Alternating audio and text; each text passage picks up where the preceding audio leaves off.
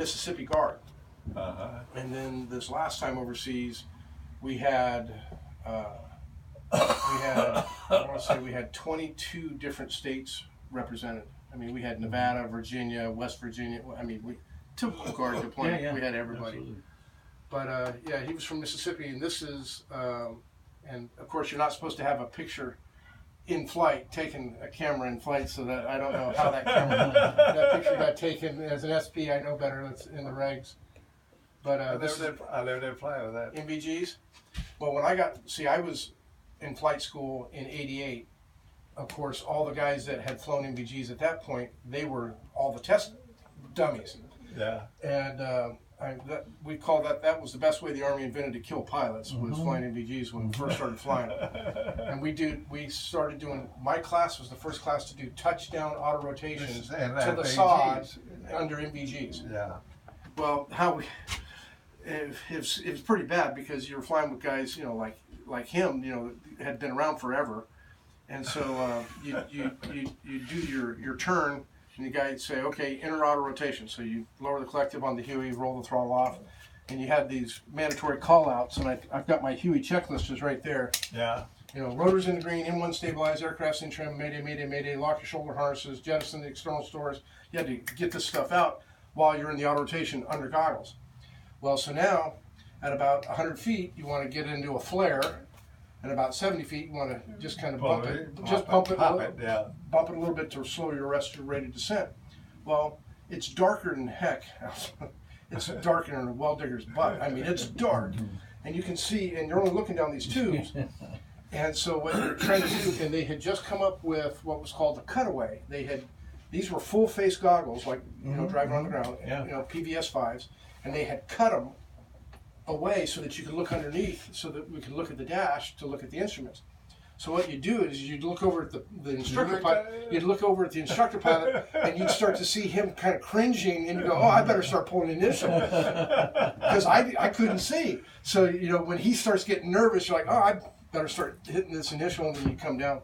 Well, we lost I think we lost probably 10 guys in flight school that said, "I'm done. I can't do this." Wow. It's pretty stressful. Yeah. And It was of course, a trick. and then It as a candidate, because I was a candidate all the way through school. See, the RLOs as a lieutenant or a captain, they'd go to the O Club, Well, I'd go back to the barracks, and I'd come back to the barracks, and you'd see your wall locker hanging out a window. Jeez. The TAC officers would screw with you. So I was a candidate for 405 days. And we started with, my class, I think 170 guys, and we graduated in the same class. I think we graduated 35 or 40. Yeah, about that. I mean, and the warrant officer creed was, you got to be better than them. See, he's an RLO. He's a real live officer. But the warrant officer motto was, you got to be better than them, because you're a warrant. You're the subject matter expert. You got to do this. Well, they were screwing with you in the barracks bad. Then you'd go to a classroom, and get your lunch eaten by an instructor in weather, and then you go to the flight line, dragging your bag, knowing you're going to get your butt kicked by the instructor pilot. But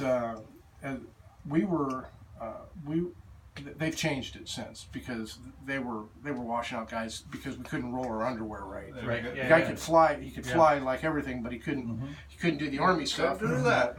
So they boot him. But anyway, so yeah, that's front seat of a Black Hawk. That's me there. I think that's that aircraft. That guy there is a private in the picture. He wound up dying as Major James Chavez. He's in the Guard, typical Guard. He worked his way up. He went off to the Navy, came back. We flew together over in Iraq. Nice guy, but dumber than a bag of wet mice sometimes.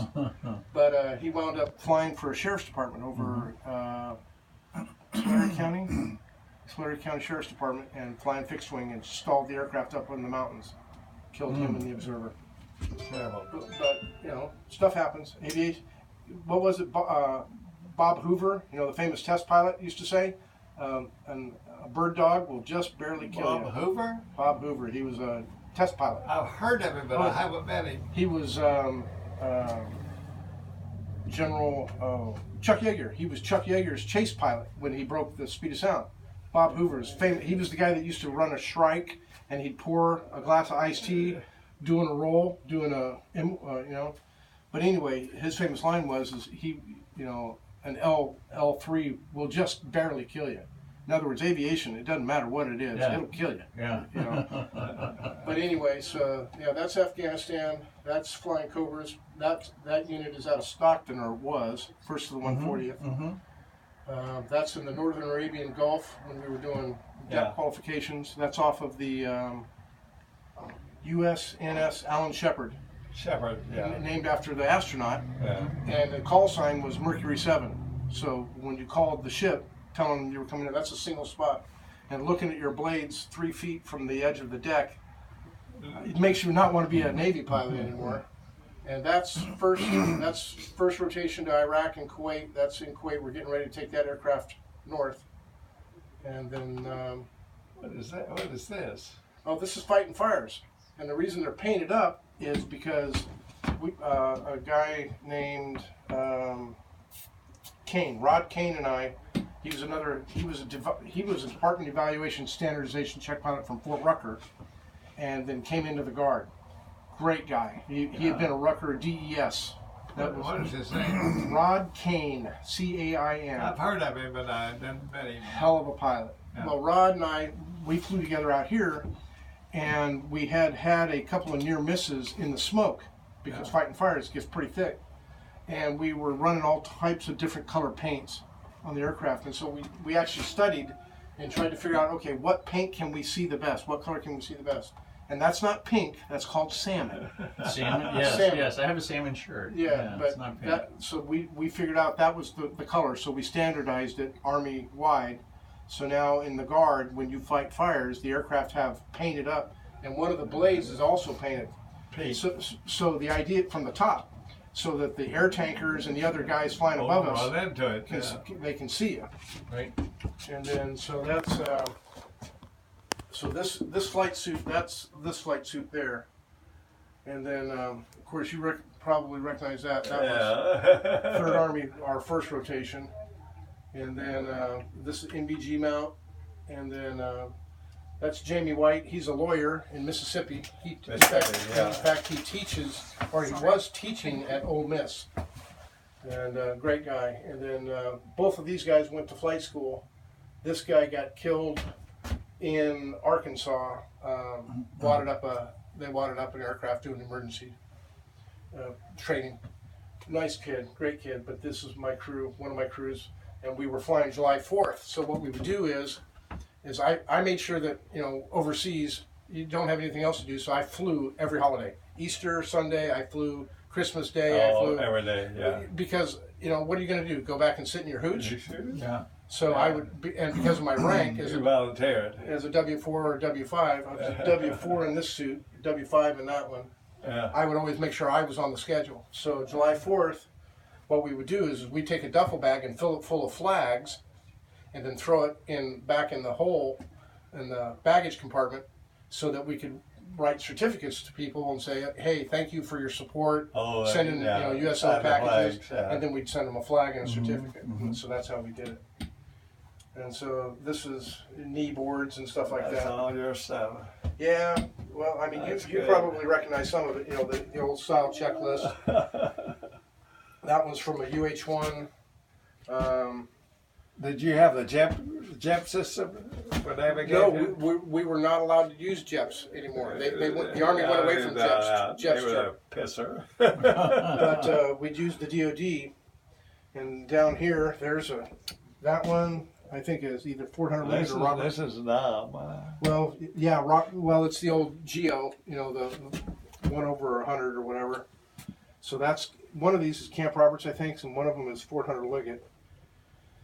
And then I'm actually, that Army aviation book, that guy came back, and when you open up about the third page, it's actually got my flight school class. It's got a picture of us in it, which was kind of cool.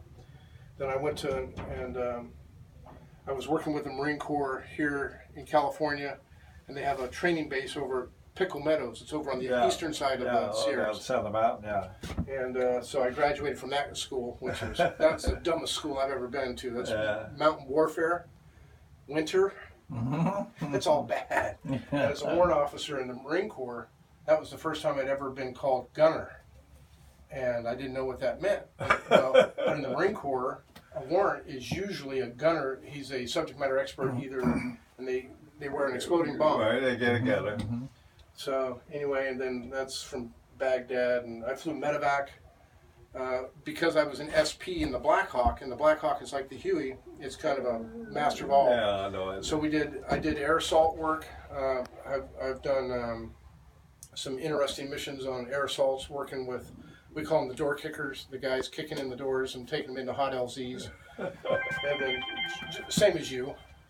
And then, I'm going to silence this. Is that your call? Nope, not my call, but I gotta go. I gotta run That's too, it. though. So anyway, I'll make sure. that's I'll tell you when I get just on. some of the Yeah, I stuff, can and then put this on of course, YouTube 'cause you it's so know, long. changing uniforms. So we went from that to, But this didn't fit you. oh yeah, that's me. Well, It used to fit you. yeah, well, Come on now, sir. that's rough. I'm just a W5. But wow, that's a tough crowd. Yeah, man. This is quite a deal. That's quite a deal. So, and then, you know, that's all Nomex, or what we call flame retardant now. So now that rotation, we didn't have anything to keep you cool. And you'd get into the cockpit, and the ambient temperature in the cockpit would be 145 degrees. Yeah, no, it, Yeah. And, Wow. you know, you'd just be cooking. And that little cover there, what you do is you'd stick a liter bottle of water in it, and you'd freeze them. and you freeze- stick them in there. And then you put them in an ice chest, and then throughout the day, you know, we do, because we do hot gas, you know, Yeah. you go into a refueling Yeah. point and keep it running. And so you'd fly 6 hours, 7 hours. A buddy of mine, Art Laguna, he got shot down in Baghdad. He's dead. But Art was flying MVGs one night, and they started off, you know, during the day, evening, and worked their way into the night, and you're doing assault work and Yeah. battlefield, picking up people, ash and trash. Ash and trash. Yeah. And then, so they're doing their thing and keep flying. And Art's crew chief goes, "Hey, what's all that bright light over there?" And Art looks underneath and goes, "That's the sun coming back up." They had flown all the way through the night. Wow. So You but- put alerts out. yeah, You put alerts out. All kinds of crap. yeah, and so Well, that's good. That was really That's, interesting. that's absolutely great. I think that I'm glad I met a guy that stayed in and got in and well, the nice part about, you know, meeting guys like you and knowing guys like you know, Greg, I knew, like I said, Greg Helsel. I flew the Mike model gunship. So I'm kind of that transition period between the Vietnam guys and the Afghan in guys. Afghanistan and Iraq. Yeah. So I never thought I would be the old guy. I turned around one day and I was the old guy. You know, and I don't have the flight time that you've got. You know, all my flight time is in rotary wing, so I never got any fixed wing. Yeah, well, you see, The fixed wing guys always got the flight time. it Always got stopped. It stopped. Well, and for you probably got out of the cockpit as a lieutenant colonel. Yeah, I did. Lieutenant And, Colonel, can you tell me what the medals are there, please? I can't turn this phone off because I want to put it on YouTube. Just tell me what your medals are up there. That's getting some medals, and this is, I don't know what that is. No, the ones right. That's underneath the helicopter. This is second lieutenant. Bronze This is Star. the 2 medals I got. Where'd you get I those at, got sir? 3 of these and 1 of those. What are those for? Huh? What are they? This is the DFC, the Distinguished Flying Cross. You got that in I got Vietnam? 3 of those. It's the Bronze Star. That's just for everybody gets a Bronze Star. Everybody does? You got one, sir? And this is just Vietnam. Well, you guys did a great job. I'm going to go ahead and shut this Beautiful. down. Beautiful. I was